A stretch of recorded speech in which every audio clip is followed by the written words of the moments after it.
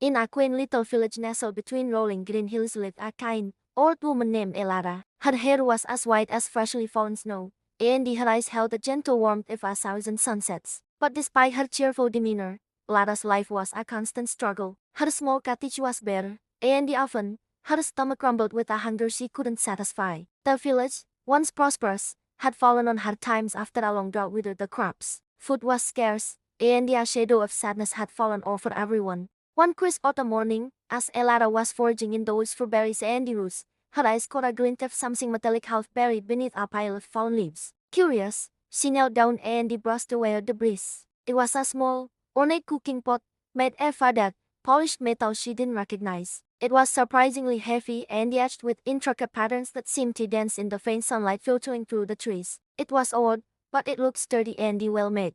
Thinking it might fetch a few coins at the market, or at the very least be a decent pot to pour her meager findings in, Elara decided to take it home. But in her cottage, she cleaned the pot with a damp cloth. As she polished its surface, that pattern seemed to glow for a moment. Shrugging it off as a trick of the light, she placed it on her cold, empty hearth. That night, as hunger pangs kept her awake, she looked at the pot and sighed. Oh, if only you could cook a simple stew for an old woman, she whispered to the empty room, her voice laced with exhaustion. The moment the words left her lips, a strange thing happened. A soft, warm light emanated from within the pot. It grew brighter and brighter, filling the small cottage with a golden glow. A gentle, savory aroma began to waft through the air, a scent so delicious it made Elara's mouth water. She cautiously approached the hearth and peered inside the pot.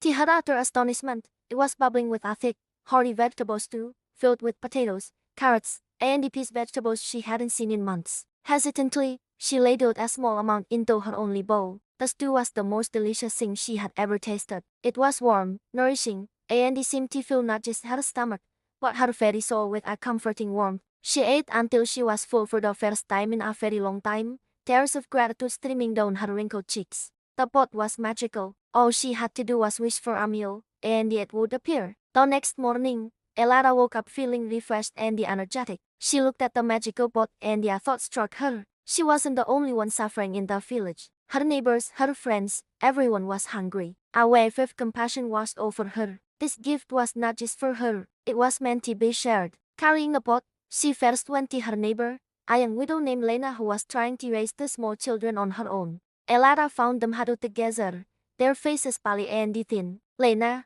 my dear, Elara said with a kind smile, I brought something for you. She placed the pot on the table and whispered, I wish for a warm, nourishing porridge for these beautiful children. Instantly, the pot glowed and filled with creamy, sweet-smelling porridge, topped with berries and nuts. The children's eyes widened in disbelief. They ate ravenously, their faces lighting up with joy. Lena looked at Elara, her eyes filled with tears of gratitude. How is this possible? She stammered. Elara simply smiled and sighed, it's a gift. And is for all of us. Word of the magical pot spread through the village like wildfire. Soon, a line of hopeful villagers formed outside Elara's small cottage. One by one, they came forward with their empty bowls and containers. For the frail old man, Elara wished for a soft lentil soup. For the tired farmer and his family, she wished for freshly baked bread and cheese. For every person, the pot provided exactly what they needed, never running empty. Its magic as boundless as Elara's generosity. The village slowly began to transform. The gaunt,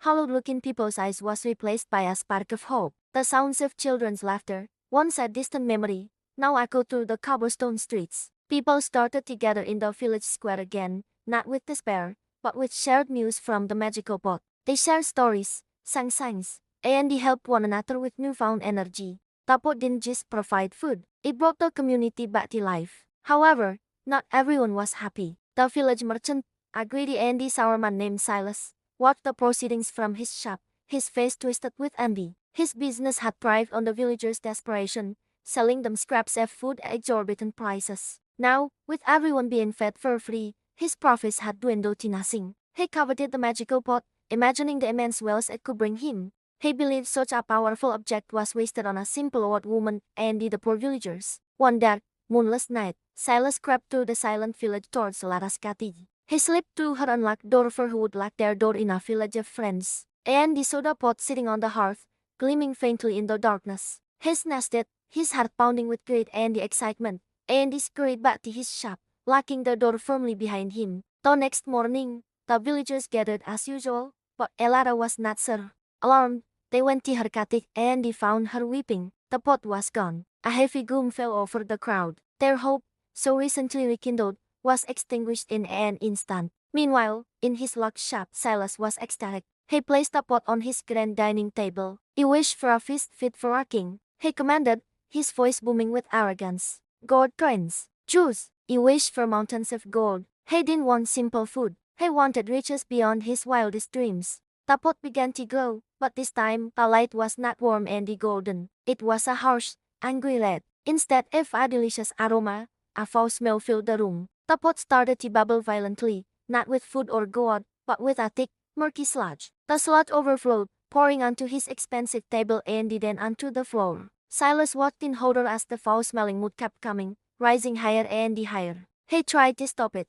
He commanded, but the pot wouldn't listen. It only responded to wishes born of need and compassion, not greed.